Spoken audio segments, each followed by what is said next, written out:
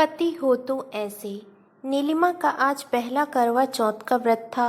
नीलिमा की सास ने सरगी देकर उसे करवा चौथ की पूरी विधि समझाई।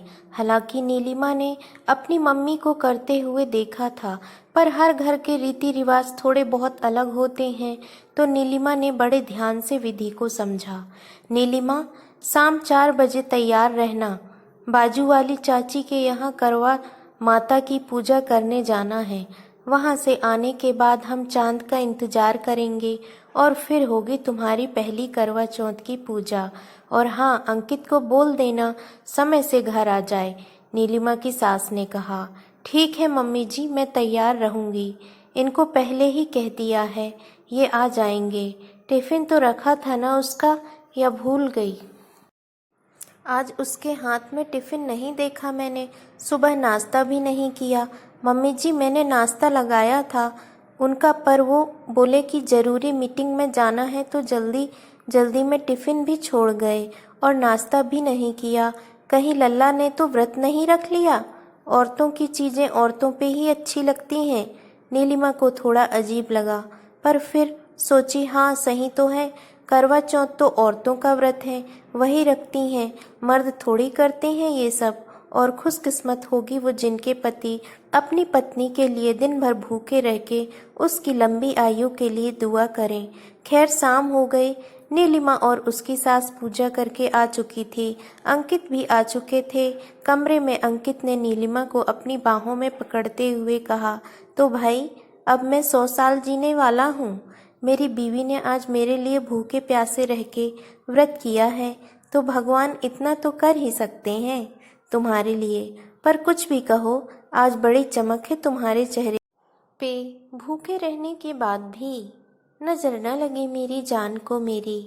पर मन ही मन नीलिमा सोच रही थी कि कभी उपवास नहीं रखा, फिर तो ये निर्जला व्रत है। कब चांद आए और व्रत खोलें, भूख से हाल बेहाल था। और आप क्या जाने जी, भूखे प्यासे क्या हाल होता है हम औरतों का।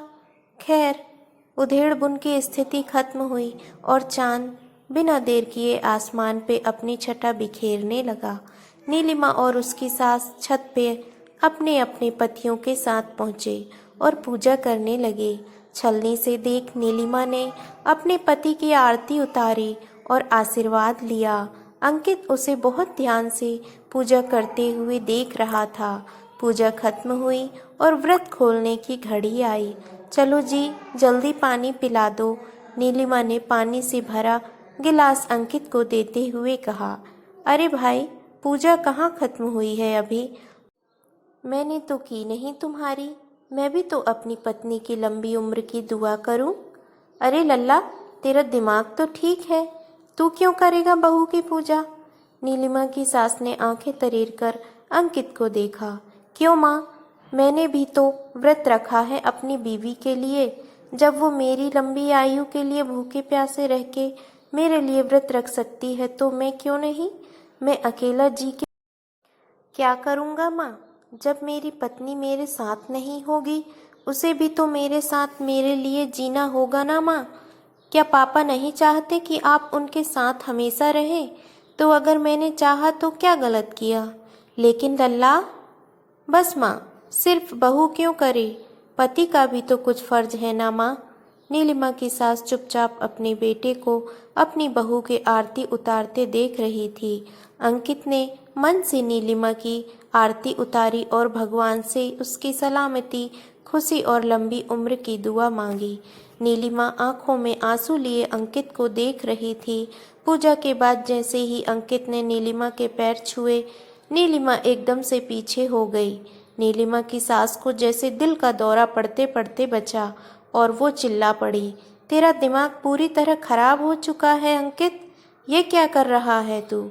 बहू के पैर छू रहा है? हमारे समाज में, हमारे घर में ऐसा किसी ने नहीं किया। कौन आदमी अपनी औरत के पैर छूता है? पर माँ, नीलिमा ने भी तो छुआ मेरे पैर, मैं भी तो वही कर रहा हूँ। हमारे देश में पति को देवता माना जाता है, इसलिए औरतें पति के पैर छूती हैं। और ये इसलिए भी होता है कि उसे सौभाग्य मिले, पुत्र प्राप्ति हो, उसके पाप कट जाएं। ये नियम है लल्ला। तू उसके पैर छू के नियम का अपमान कर रहा है। औरतों का फर्ज है मर्द के सामने झुकने का। मर्द सर उठा के चलता है, झुका के नहीं। नीलिमा की सास की आवाज़ अब तेज हो चुकी थी, गुस्सा साफ दिख रहा था। माँ, ठीक कहती हो तुम कि हम पति देवता हैं, तो पत्नी को भी तो लक्ष्मी का दर्जा मिला है। तुम ही कहती हो कि नीलिमा लक्ष्मी है। तुम भी तो रोज सुबह भगवान के पैर छूती हो, लक्ष्मी जी के। पर मेरे घर पे साक्षात लक्ष्मी का निवास है, तो मैं नीलिमा के पैर क्यों नहीं छू सकता? दुनिया को जो कहना है कहे, मुझे परवाह नहीं। सास सर पीटते हुए नीचे चली गई। नीलिमा की आंखों से आंसू अब भी बह रहे थे। उसने कुछ कहना चाहा, पर अंकित ने अपने हाथ उसके होंठ पे रख दिए। नीलिमा, तुमने जो भी मेरे लिए किया, उसका तहे दिल से धन्यवाद। हर जन्म मुझे तुम मिलो, आज बस यही मांगता हूँ। नीलिमा को आज सब कुछ मिल गया। दोनों ने एक दूसरे का व्रत खोला और एक दूसरे का हर परिस्थिति में साथ निभाने का वादा किया। दोस्तों, ये कहानी काल्पनिक नहीं है, तो आप सब ये ना सोचें कि ऐसे पति नहीं होते, लेकिन हाँ, वो औरत खुशनसीब है जिन्हें ऐसे पति मिलते हैं। और शायद ऐसे रिश्ते बिरले ही कहीं होते हैं। समाज पत्नी के पैर छूने की इजाज़त किसी को नहीं देता, लेकिन मारने पीटने की देता है। तो फिर उसे लक्ष्मी की संज्ञा क्यों देते हैं? पत्नी साक्षात दुर्गा और लक्ष्मी का रूप है। अगर आप अपनी पत्नी की इज्जत करते हैं तो भगवान आपके घर में विराजमान हैं, और अगर नहीं तो आपका डूबना तय है। दोस्तों, अगर ये कहानी आपको पसंद आई हो तो प्लीज़ इस वीडियो को लाइक कीजिए, शेयर कीजिए और सब्सक्राइब कीजिए इस चैनल को। Thank you for watching this video.